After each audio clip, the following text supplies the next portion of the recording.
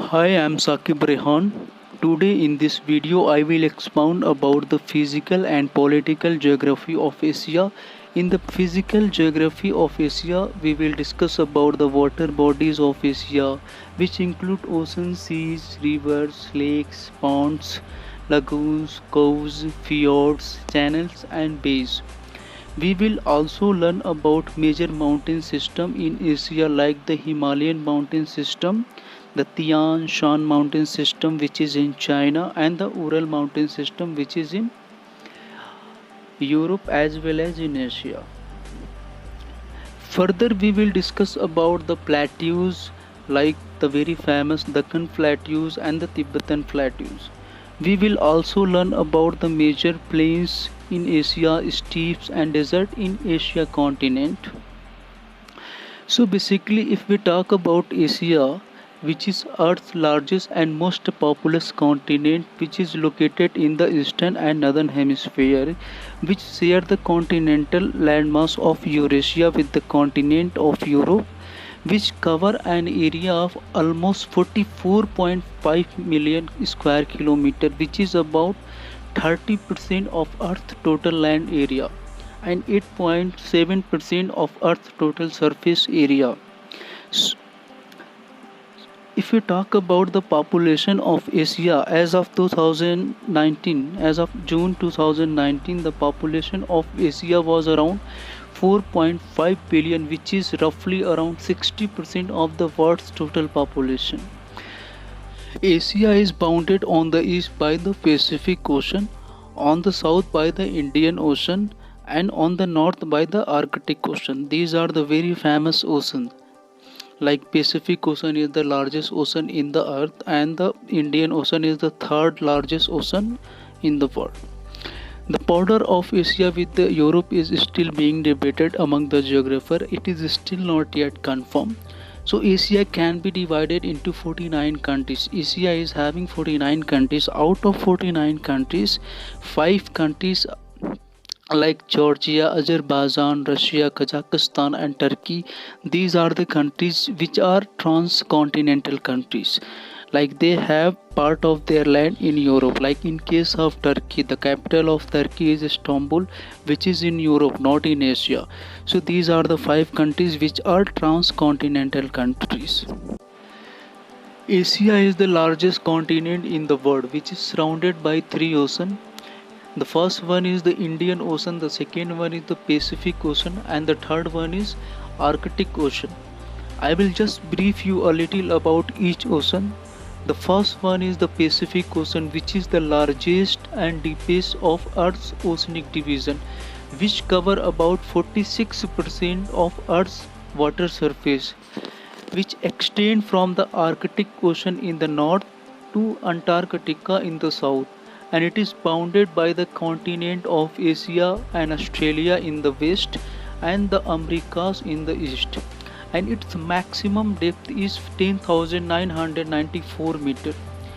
The second one is the Indian Ocean, which is on the southern side of Asia, and it is the third largest world oceanic division, which cover 70.5 million square kilometer or 19.8% of the water on the earth's surface.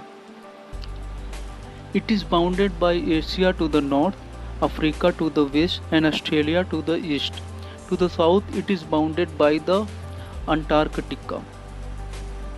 The length of Indian Ocean is 9,600 km from Antarctica to the Bay of Bengal, and its width is 7,600 km from Africa to the Australia.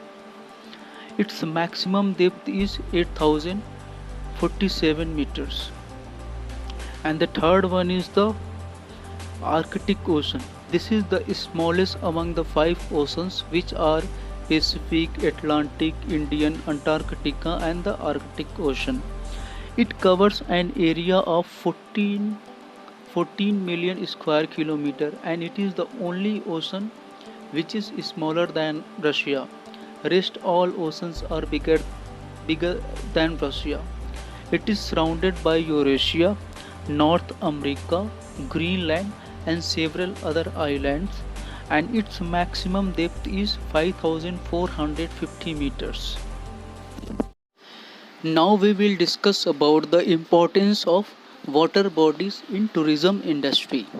So there are quite number of importance of water bodies in the tourism industry, like water contribute to the recreation and tourism industry worldwide by featuring and highlighting beautiful beaches, white water rivers, mountain lakes and aquatic ecosystems such as coral reefs.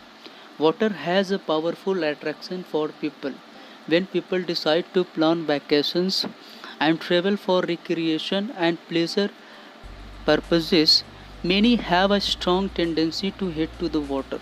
For example, a day at the beach provides recreation, relaxation, and a chance to renew the spirit. A third of American a third of all Americans visit coastal areas each year, making a total of 910 million trips, with while spending around 44 billion US dollar. And this is so much for the tourism industry, and because of water bodies only. Coastal tourism and beach tourism support businesses like hotels, resort, restaurant, chartered fishing services, and travel agencies. So these are the beneficiaries which are getting benefited because of water bodies.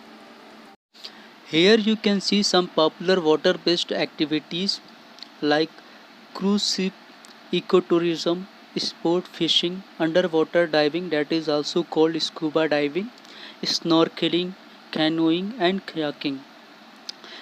We will discuss each one of them in a brief way. So, the first one is the cruise ship.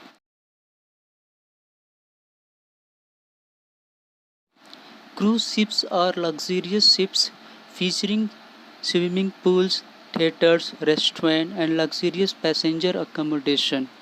So, there are cruise lines which provide amenities such as large floating casino, golf courses, and shopping mall as well within the cruise itself. In India also we have started Jales and Angria which provide cruise services from Mumbai to Goa and Goa to Mumbai and even Dubai to Mumbai via Muscat. I will just show you few cruise lines which are providing services to Asian countries like Celebrity Cruises, Cunard Cruises, Holland America Cruises, Norwegian Cruises, Princess Cruises, Regent Seven Seas Cruises, Royal Caribbean Cruises. Royal Caribbean is the very famous cruise lines which Royal Caribbean Celebrity Cruise is the subsidiary of Royal Caribbean Cruise. Seabourn Cruises. So these are the cruise lines which provide cruise services to Asian countries.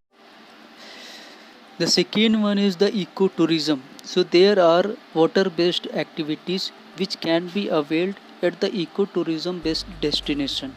So ecotourism is a popular way to enjoy water resources while still conserving the integrity of natural environment. The third one is the sport fishing. Fishing is legal in some countries and fishing is not legal in some countries. So sport fishing is enjoyed in fresh water as well as in salt water. Fresh water fishing takes place in such places like lakes, ponds, river and stream. Saltwater fishing occur in ocean, estuaries and tidal rivers. The fourth very famous activity, that is scuba diving. Underwater diving is the act of entering into water and remaining below the surface to explore and to work or simply to have fun. Diving is a popular all over the world as a tourist activity. It is usually done in the ocean or the sea. Divers seek location where the water is clear and the temperature is warm and the marine life is plentiful. So there are destinations which provide this kind of activities like in case of Australia, the Great Barrier Reef which is very famous for scuba diving, where we can see a plenty full of marine life. Even in Andaman Sea, we can do the scuba diving. So there are so many famous destinations which provide the scuba diving activities. The fifth one is snorkeling. Snorkeling is a popular underwater activities that involves swimming face down on the surface of the water or just below. The sixth one is the kayaking and the canoeing. Canoes and the kayaks are small crafts that are pointed at both ends. This activity is very popular among the tourists and that can be done in the river. So we have seen different types of water based activities. We have seen different types of cruise companies which provide services to Asian countries. So basically there are so many importance of water bodies in the tourism industry. If water is not there, there won't be any beach. There won't be any beach activities. There won't be any beach resort. There won't be any lake where we can do the boating. So basically water play a very important role in the tourism industry, even in human life. Without water we cannot survive.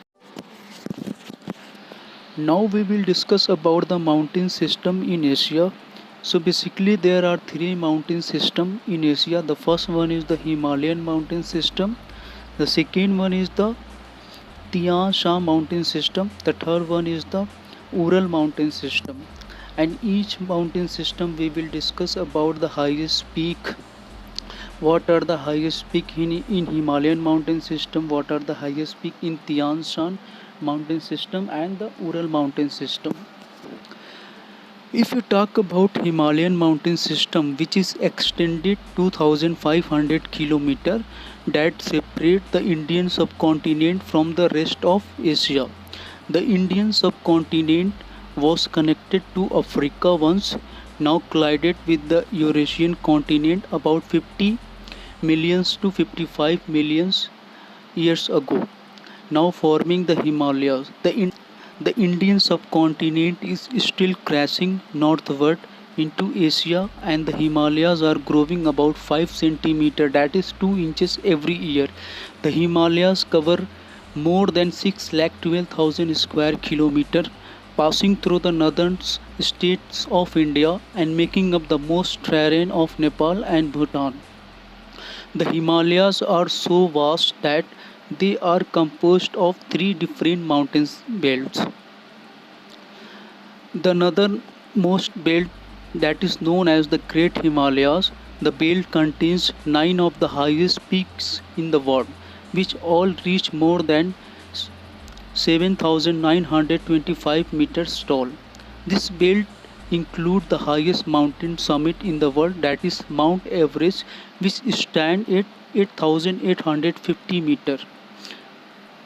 You can see Himalayan mountain system can be further divided into four categories. The first one is the Karakoram ranges, which is on the border of India, Pakistan and China, and which further extend into Afghanistan and Tajikistan. The second one is the Western Himalaya, which comes in Indian states of Leh and Ladakh and Himachal Pradesh. The third one is the Central Himalaya, that is also known as the Great Himalayan Ranges, which is in the Indian state of Uttarakhand, which is also comes in Nepal and Bhutan. The fourth one is the Eastern Himalaya, which is in the Indian state of Sikkim. Basically, the Eastern Himalaya you can get it in the northeast of India. The Tian Shan mountain system, which stretches for about 2,400 km, which stand as the border between Kyrgyzstan and China. The two highest peaks in the Tian Shan are, the first one is the Victory Peak, which stand at 7,439 meters, and the second one is the Khan Tangri Peak, which stand at 6,995 meters. Tian Shan also has more than 10,000 square kilometer of glacier. The largest glacier is Injil Chek, Glacier, which is about 60 kilometer long. The Ural mountain system is approximately 2500 km, which is an indirect north-south line from Russia to Kazakhstan. The Ural mountain system are some of the world's oldest, around 250 million to 300 million years old.